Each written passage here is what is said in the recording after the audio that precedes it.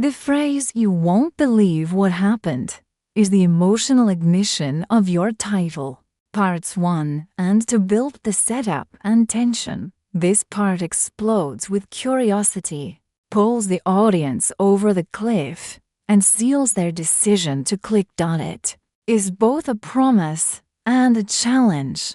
A promise that the story is going to surprise, shock, or deeply move them. A challenge that says, "You think you've heard it all? No, this will be different. Let's break down how and why it works, and the layers that make it so powerful." 1. The shift from specific to vague. The first part of the title, "I asked my neighbor for help with the TV," is specific. It tells the reader exactly what happened. This makes it easy for them to visualize. The final part, "You won't believe what happened," flips to vague. It hides the specifics, while hinting at something significant. This contrast between clarity and mystery is like pulling a curtain shut right before the audience can peek inside. The human brain hates incomplete patterns, so they feel an irresistible pull to find out what's behind the curtain. 2. The promise of surprise. "You won't believe" is one of the strongest curiosity triggers in language because it suggests the event is outside normal expectations. The audience's assumptions will be proven wrong. The story has a twist, reveal, or shock factor. By using this phrase, you're telling viewers, this isn't just another small domestic moment. It's something you'll remember. 3. Psychological curiosity hooks. This phrase taps into information gap theory, a concept from behavioral psychology that says curiosity happens when there's a gap between what we know and what we want to know. Here's how it plays out. We know. Neighbor plus TV help. We want to know. What exactly happened that is so unbelievable? The gap between ordinary situation and unbelievable outcome is wide. The wider the gap, the stronger the urge to fill it. 4. The challenge to the audience. "You won't believe" is also a tease, almost a dare. It challenges the audience's self-confidence in predicting the ending. Viewers might think, "Oh, I bet I can guess what happened. Wait, maybe I can't. Now I have to see if I was right." This taps into ego involvement. People click not just to satisfy curiosity, but to prove themselves right or to find out if they were wrong. 5. The universal appeal. This phrase works across demographics because unbelievable is not tied to any single type of event. It could be shocking and scandalous, heartwarming and emotional, terrifying or suspenseful, funny and absurd. By keeping it open-ended, you allow every type of viewer to project their own possible version of the story, which widens the click-pull. 6. Building emotional anticipation. When viewers see this phrase, they automatically start imagining possible scenarios. The human brain fills in blanks quickly. Maybe the neighbor confessed a secret. Maybe they revealed hidden feelings. Maybe they did something morally wrong. Maybe they became unexpectedly heroic. This mental guessing game makes the audience feel like they're already involved in the story before they even click. 7. How it fits your channel's tone for love and lifestyle content. Romance, betrayal, drama, twists. This phrase is gold because your audience already expects romantic tension, emotional highs and lows, secrets coming to light, moments that test relationships. "You won't believe what happened" primes them for exactly the kind of story you tell, but without spoiling. Whether the twist is sweet, scandalous, or devastating. 8. Ambiguity as a hook. One of the most powerful tools in suspense writing is ambiguity, giving just enough information to create interest, but not enough to create certainty. Here, what happened is 100% ambiguous. You're not even hinting whether the event is positive or negative. That means viewers who love drama will click, hoping for a scandal. Viewers who love romance will click, hoping for a love confession. Viewers who love emotional endings will click, hoping for tears and heartwarming closure. Everyone's curiosity gets activated. 9. The emotional roller coaster effect. Best hooks make the audience feel like they're about to go on a ride. This phrase works like the thrill sign at the start of an amusement park ride. It warns them, this will be intense. It excites them, you're going to feel something unexpected. Even before clicking, they're bracing themselves for impact, which means they're emotionally engaged from second 1. 10. The illusion of urgency. You won't believe what happened. Sounds like something a friend would blurt out in the middle of telling you gossip. It carries an urgent, in the moment energy. Oh my God, you won't believe what just happened to me. That immediacy makes people feel they're getting fresh, first-hand news, not something scripted or distant. 11.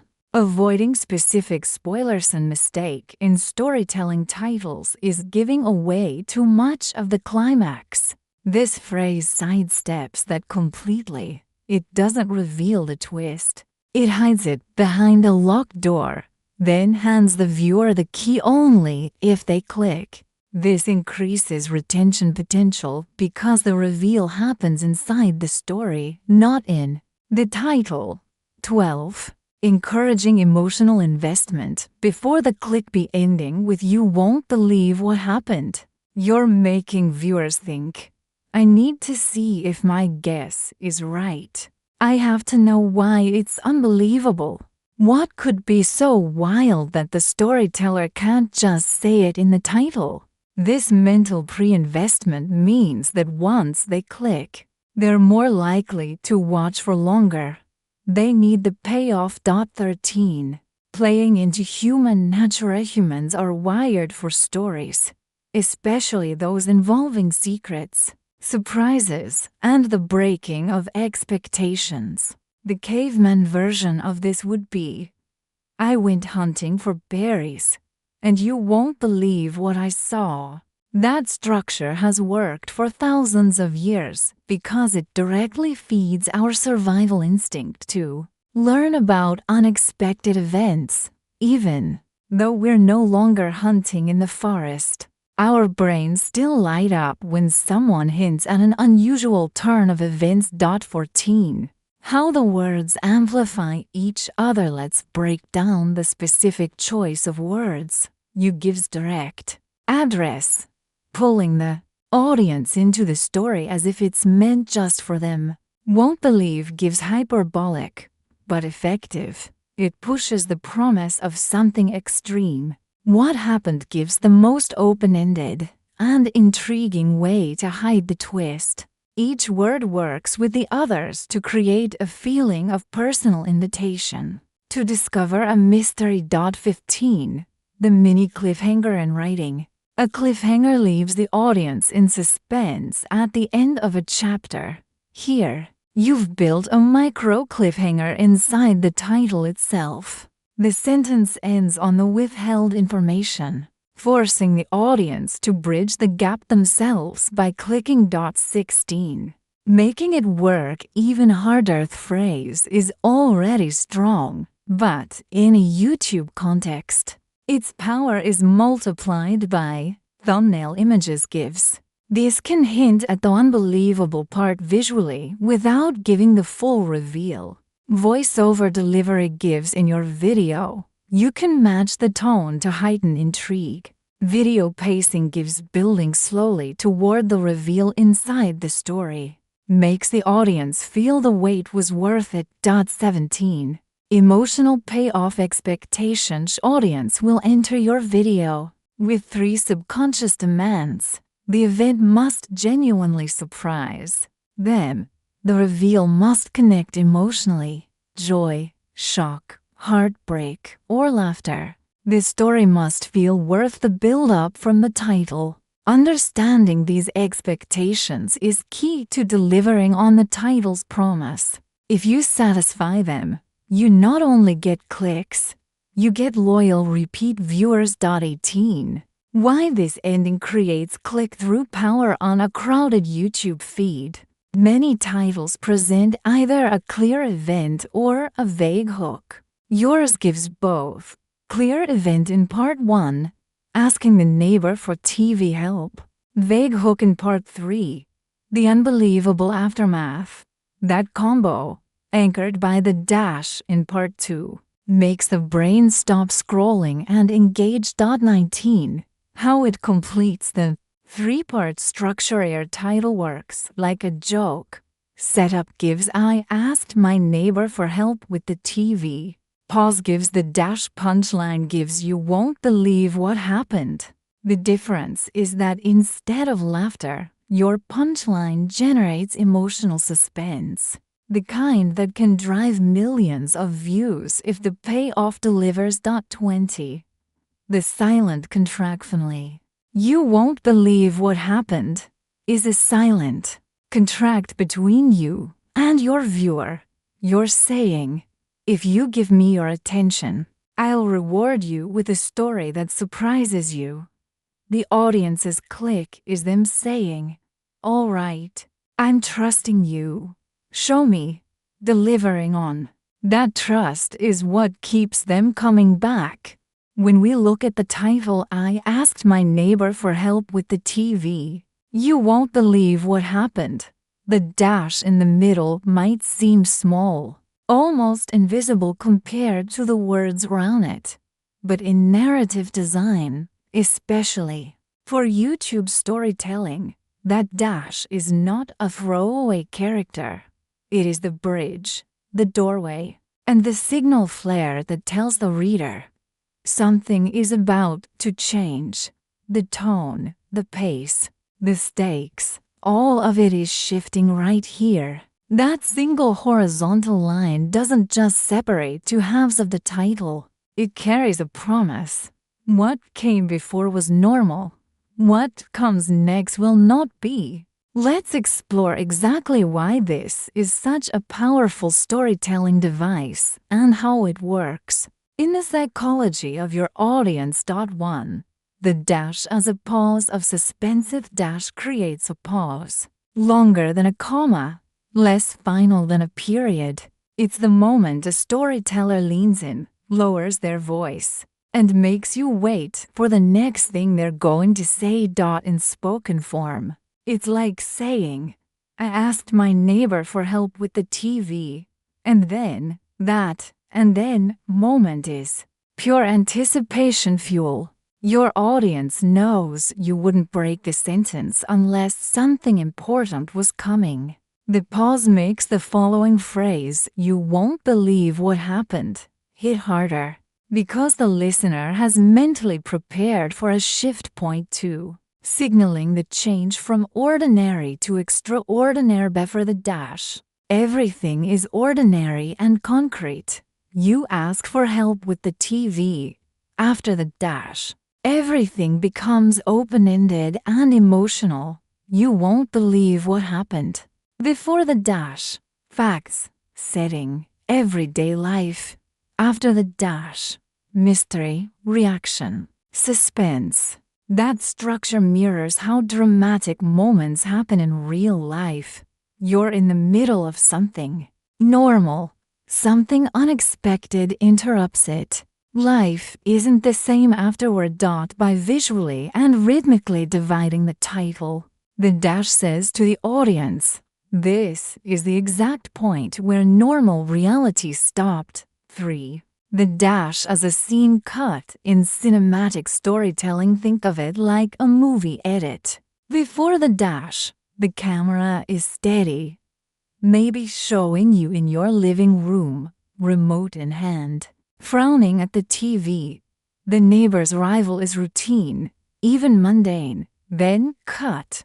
A hard transition. Music changes. Lighting changes. The tone shifts from soft, everyday light to something more intense, colorful, or mysterious. In that moment, the dash functions like a director yelling, "Scene change." The audience's brain responds instinctively. We've just moved into Act 2, 4. The dash in audience psychology dash doesn't just break a sentence. It breaks expectations. Humans love patterns. And when the brain sees the start of a pattern, I asked my neighbor for help with the TV. It starts predicting the end, and they fixed it. But when you interrupt that with a dash, you deny the brain its expected ending. That denial creates curiosity tension, a psychological itch that must be scratched. This is exactly what makes viewers click on your videos. They can't let the tension sit unresolved. They have to know what happened after the dash. 5.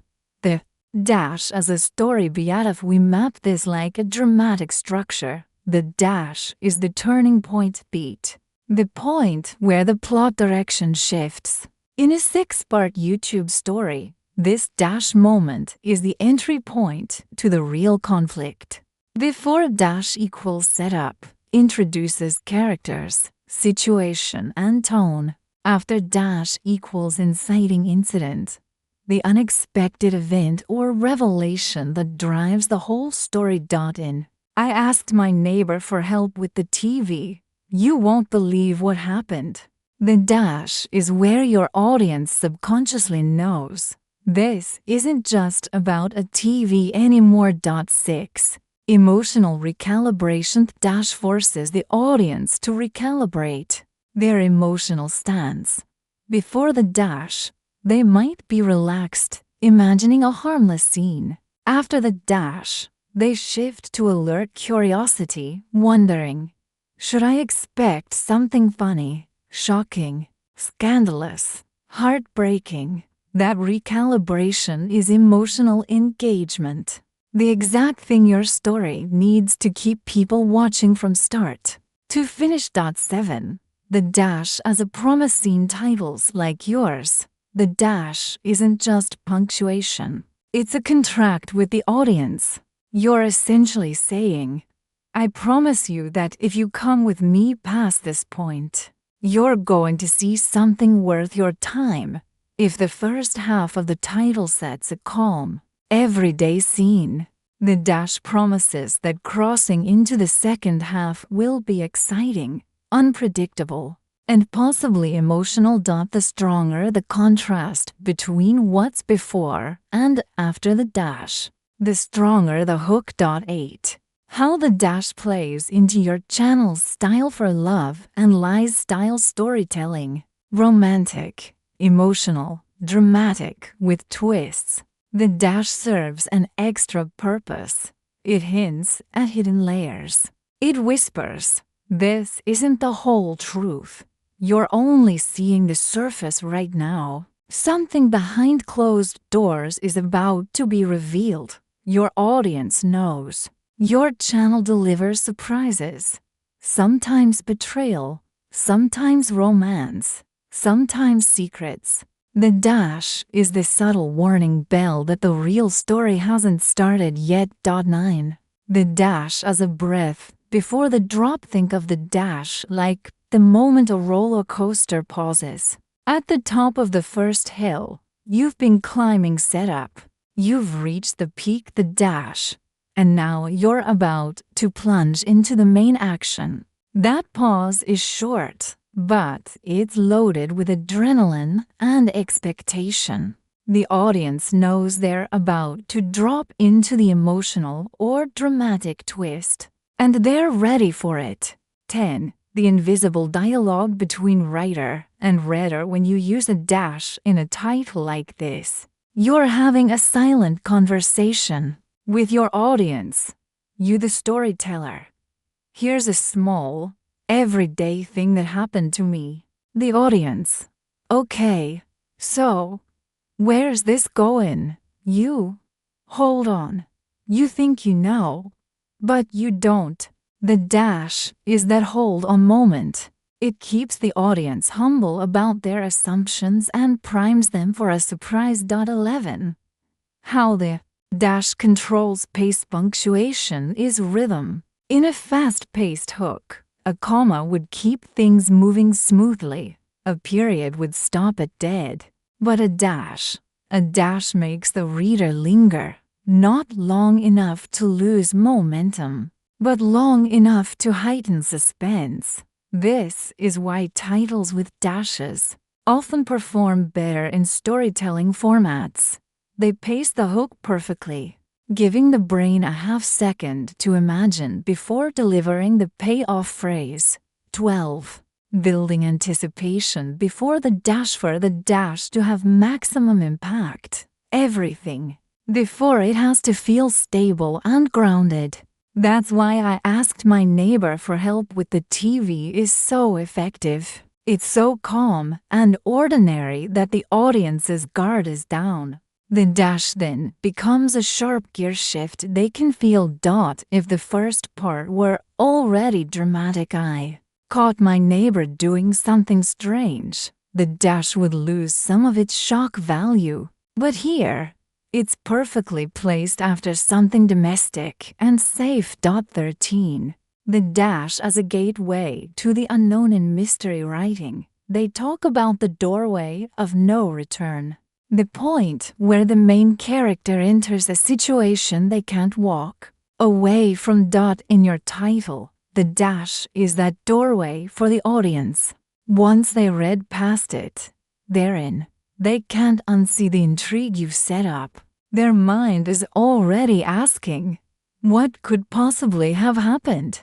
And that question will pull them into the video. 14. Why the dash outperforms.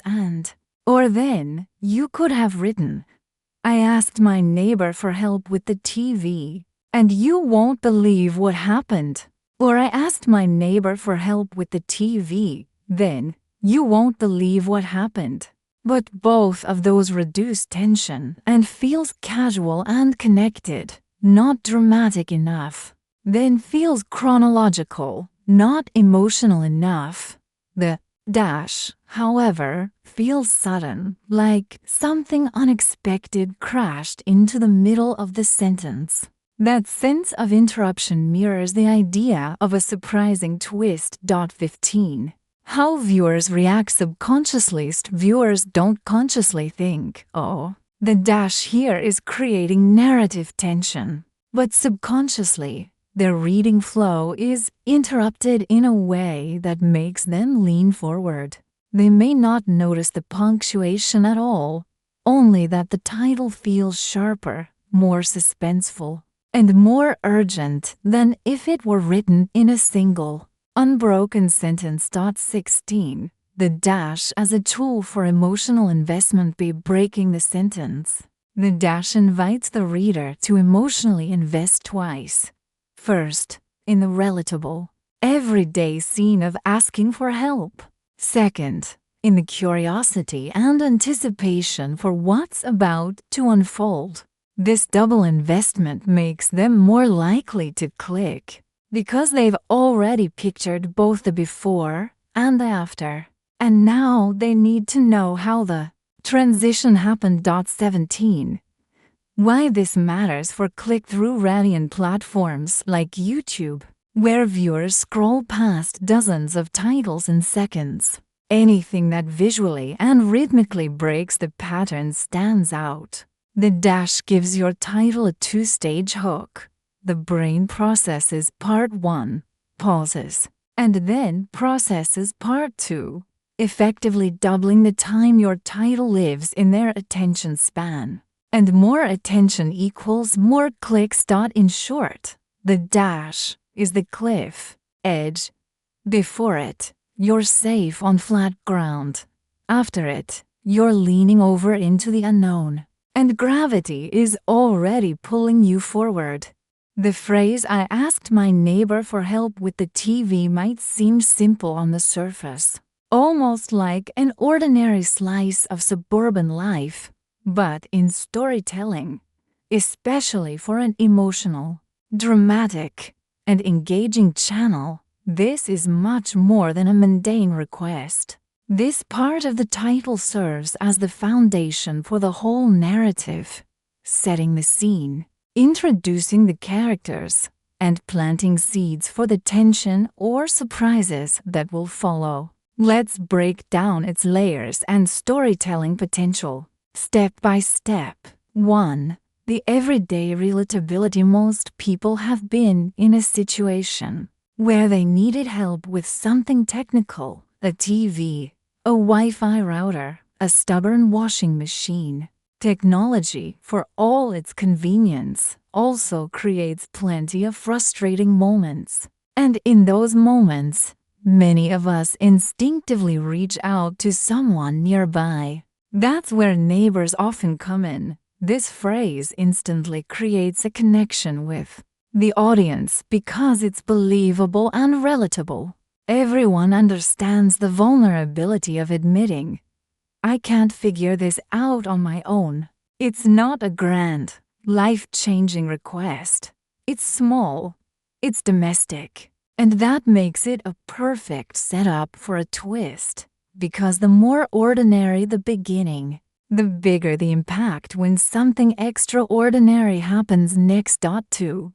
The relationship between neighbors. The word neighbor carries built-in social dynamics. Neighbors aren't usually family or close friends, but they live close enough to be part of your daily life. That means there's always a certain mix of familiarity and distance, trust and caution. In the context of the title, it could be a long-time neighbor you've known for years, someone who has always been polite, helpful, maybe even part of your casual weekend conversations over the fence. This would give the opening a warm feeling, with the audience expecting a wholesome or friendly interaction. It could be a new neighbor who's just moved in, adding curiosity, mystery, and maybe a bit of hesitation.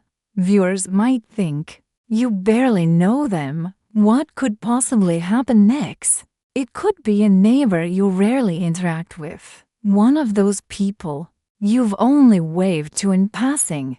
Asking them for help would already feel like a slightly unusual event, hinting that you're about to cross a small social boundary. The neighbor element alone creates a web of potential emotional undertones: trust, awkwardness, attraction, rivalry, or even hidden tension from past encounters. 3. The choice of the TV. Why the TV? Why not a lawnmower or a car? This is an important storytelling detail. The TV is a symbol of private life. It's usually in the living room or bedroom, places where you relax, eat, or spend intimate family time. Inviting someone in to help with the TV isn't just about technology. It's an invitation into your personal space. And TVs themselves can carry emotional value. Maybe it's a new purchase you are excited about, but can't figure out how to set up. Maybe it's an old, sentimental TV connected to family memories, and fixing it means a lot. Maybe it's a cable connection problem right before an important show, sports game, or movie night. Whatever the case, the TV problem sets a domestic, cozy, yet potentially vulnerable stage, one where something unusual could unfold. 4. The implied backstory. Even though the title doesn't explicitly give us history, a skilled storyteller can load this moment with implied history between the main character and the neighbor. The audience doesn't just imagine a TV issue. They start wondering, Why this neighbor? Why now? Is this the first time they've been inside your home? Could there be a reason you felt comfortable or uncomfortable asking them for help? This is where you can plant emotional hooks. Maybe you've been recently divorced and this is your first time relying on someone else for household help. Maybe you've had a complicated relationship with this neighbor, arguments about parking, loud music, or property lines. And now you have to swallow your pride and ask for their assistance. 5. The emotional undertone part 1 isn't just about the act of asking for help. It's about the emotional state of the person asking in storytelling. This could be frustration. You've been fiddling with the TV for hours, tried every button, read the manual, and you're at your wit's end. Embarrassment. You don't like asking for help and feel a bit awkward, but you're out of options. Excitement. Maybe you just bought the TV and can't wait to see it working. Loneliness. Maybe asking the neighbor isn't just about fixing the TV. Maybe it's also an excuse to have company. These feelings can shape how the audience perceives the interaction and will make the eventual twist more impactful. 6. The tone of the request down you ask in the story also matters.